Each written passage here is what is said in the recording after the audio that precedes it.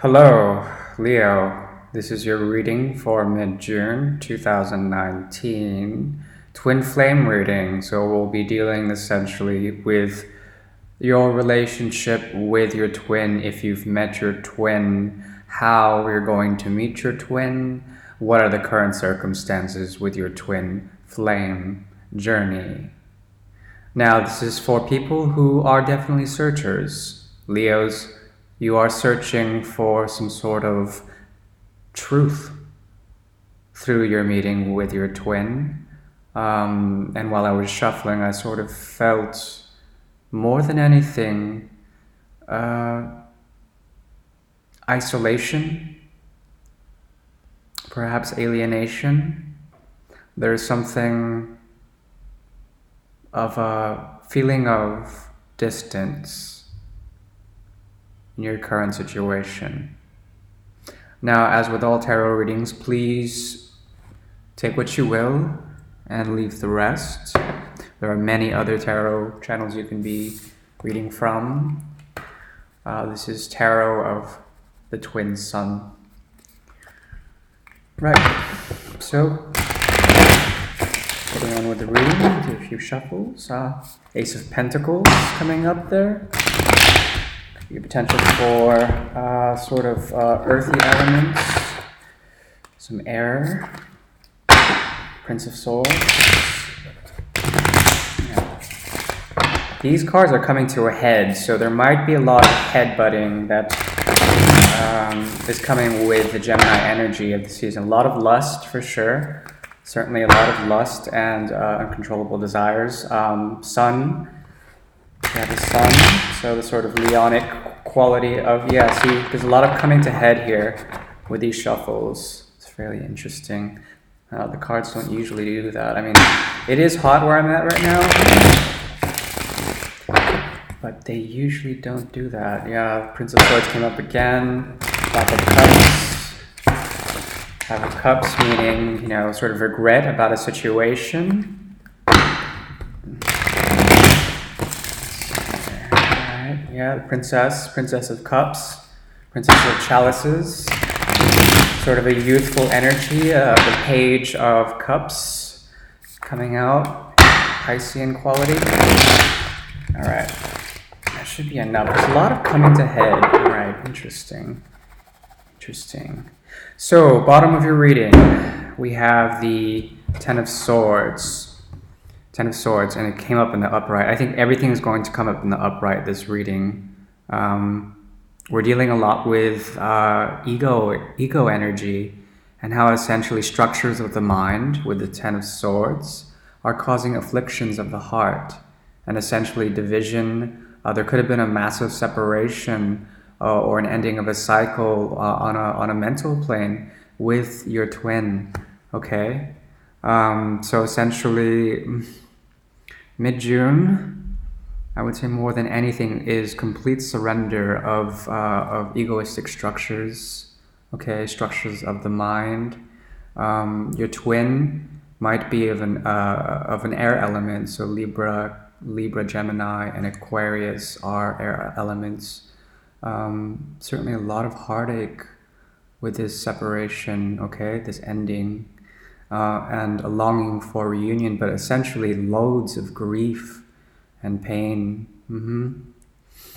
Below that we have the moon. There's certainly something that has to do with the moon cycle, and certainly dealing with a lot of emotional sort of baggage as well as secrets. Okay, secrets. There's also on the bottom of the moon card a scarab with a sun in its sort of grasp there. The gods of the underworld are near it, the Egyptian gods here, as well as a crescent moon. Okay, so there's a lot of sort of like, it seems like, okay, well, definitely focus on the moon for now. There certainly is a lot of see how the sun is sort of bleeding towards this like ether and then causing a reflection here. There's a polarity sort of shift where the dark side of the moon is on the opposite. It should be sort of on the opposite side, so that the crescent should be on the bottom here. So there's a flipping of emotional quality here. Somebody was keeping a secret and didn't allow it to come to light. And so this is the runner-chaser dynamic. The divine feminine, who's in the relationship, is essentially pushed away from it, keeping sort of a high priestess sort of distancing strategy that was like sort of reflective of polarized emotions that were not really expressed, okay? Keeping secrets, keeping hidden sort of quality. The masculine feminine was definitely projecting in a way, and they're sort of the chaser. This is the runner. Divine feminine is running away. Okay, there may have been some sort of emotional trauma or triggering happening that caused this sort of shift that happened right around the new moon in Gemini. Earlier this month, I think it was the 3rd. So about a week ago, I think. Yeah, also these dark hooded figures, they could be archons or some sort of malefic forces that are from another plane that are affecting this connection. Okay, they're grounding it in a way, and they're the gatekeepers of this sort of dynamic between divine and masculine. Also, the divine masculine is, if you look at it as a chakra system, is kind of unevolved and basic. There might have been a sexual advance that was rejected recently.